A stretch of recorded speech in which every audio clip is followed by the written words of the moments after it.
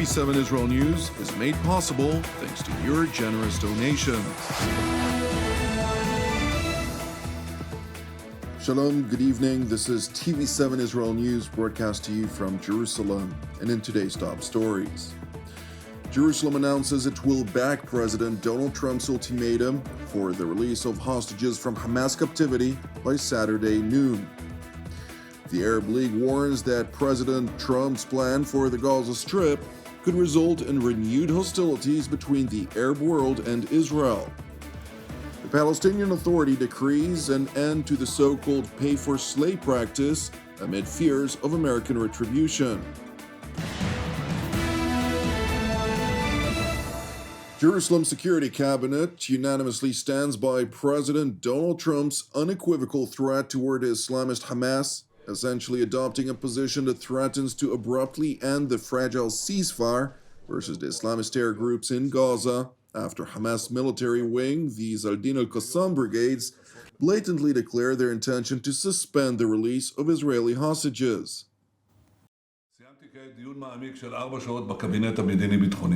I have just concluded a 4-hour in-depth discussion in the Security Cabinet. We all expressed outrage at the shocking situation of our 3 hostages who were released last Saturday. We have also unanimously welcomed President Trump's demand for the release of our hostages by Saturday noon, and we have also welcomed the President's revolutionary vision for the future of Gaza. In light of Hamas' announcement of its decision to violate the deal and not release our hostages, last night I ordered the IDF to gather forces inside and around the Gaza Strip. This operation is being carried out at these hours. It will be completed in the immediate time span. The decision that I passed unanimously in the cabinet is this: if Hamas does not return our hostages by Saturday noon, the ceasefire will end, and the IDF will return to intense fighting until Hamas is finally defeated. The IDF is well prepared for a resumption of hostilities in the Gaza Strip, with reinforcements deployed in the Gaza periphery. According to an IDF spokesperson's unit statement, the deployment of reinforcements is designed to facilitate a response to a range of possible developments. Meanwhile, in Washington, U.S. President Donald Trump, during a meeting with King Abdullah II of Jordan, reiterated his outrage over the poor physical state of the 3 hostages who were released last Saturday. So I've looked at at the condition of people coming out of the hostage situation, and it's horrible. I looked at the before and after yesterday. 3 young men. One is dead now, as you know, the older gentleman who died, which everybody said he was alive and well. He's dead. But the 3 young men, and I looked at them from a short while ago, and I looked at them now. They're emaciated. They look like Holocaust survivors. They looked, they'll get better, but they're in rough shape. They were treated really badly, and we've heard things from them since. And I think the reason that Hamas is playing so cute is because they saw the reaction to these 3 people that came out, and the others. Thank you very much. President Trump further stressed that the deadline for the release of all hostages stands. They either have them out by Saturday at 12 o'clock or all bets are off. With regard to the future of the Gaza Strip, President Trump reaffirmed his commitment to taking over the Hamas-plagued territory to ensure a brighter future for the Middle East at large and the Arabs living in the war-ridden enclave in particular. With Egypt, I think you're going to see some great progress. I think with Jordan, you're going to see some great progress.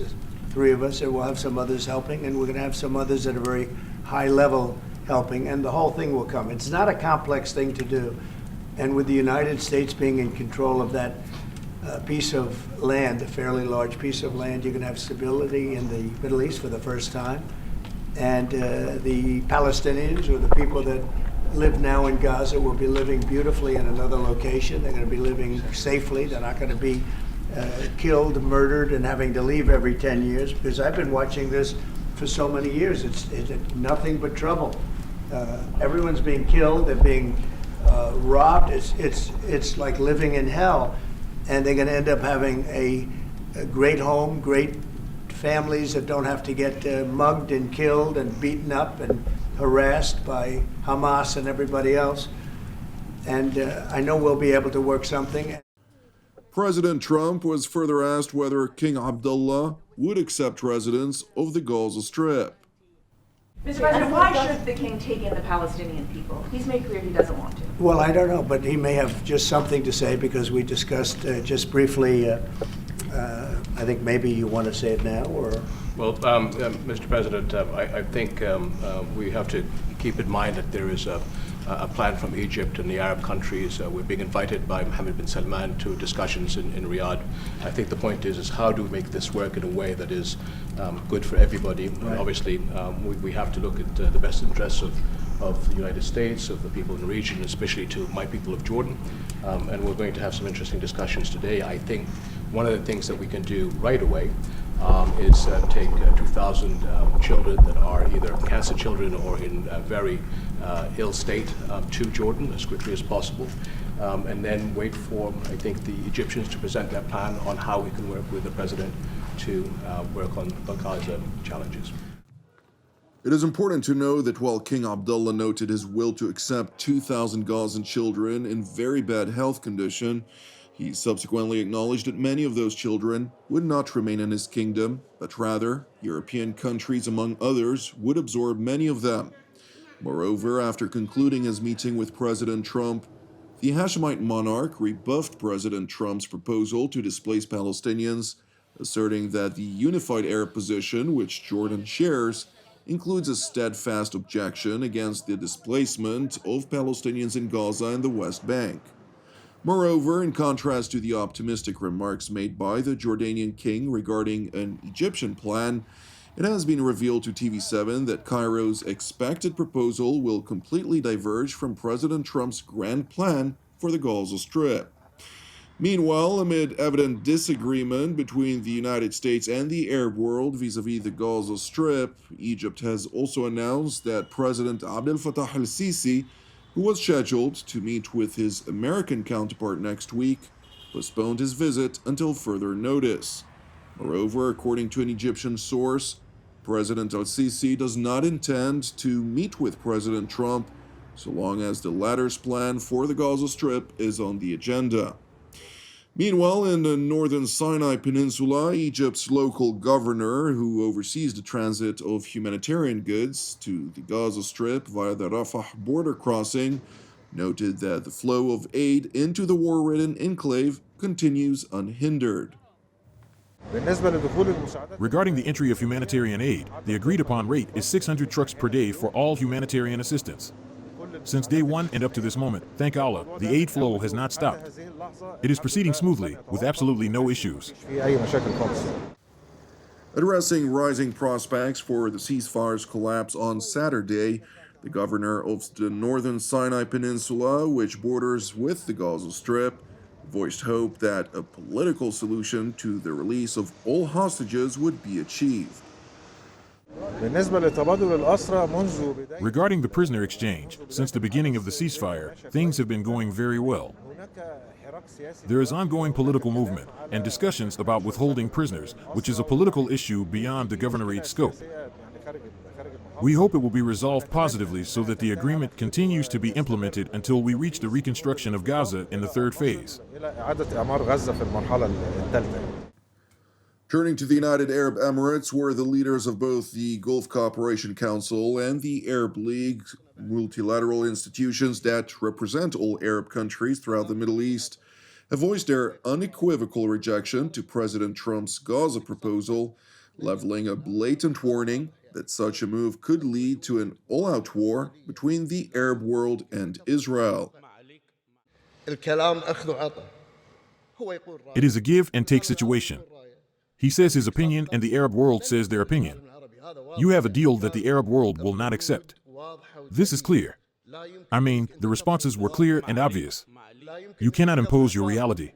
I see his orientations, but I can't tell you what he's thinking about and where he is taking the Middle East to.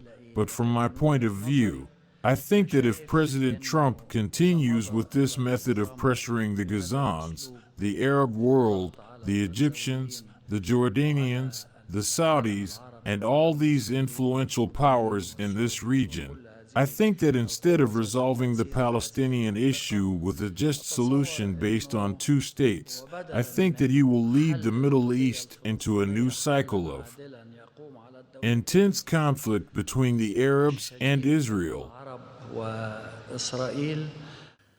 It is interesting to know that while Arab and Islamic institutions, as well as states, are stepping up their opposition to the American plan for the Gaza Strip, Palestinian Authority President Mahmoud Abbas issued a decree effectively revoking the so-called pay-for-slave financial aid for incarcerated Palestinian terrorists, as well as for families of terrorists who've been eliminated while perpetrating an attack.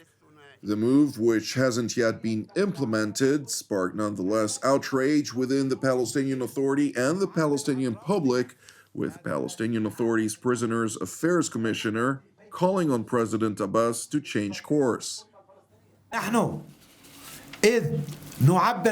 We express our rejection of this decree and demand its immediate withdrawal. It's not written in stone. Everybody makes mistakes. It can be fixed. If there is a mistake, it can be fixed.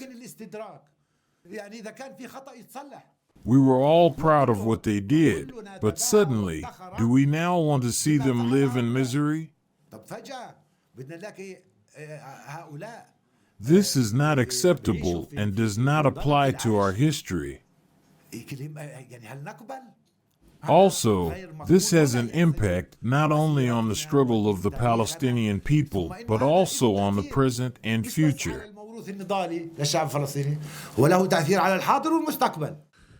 It is important to know that during the previous Trump administration, in December of 2017, the United States ended all financial support to the Palestinian Authority after it refused to participate in President Trump's so-called deal of the century, which included an American demand to end the commonly referred to practice of pay for slay. Thank you for watching TV7 Israel News. I'm Jonathan Essen, wishing you an Erev Mevorach, and God willing, we will see you during our next update. Until then, Shalom from Jerusalem.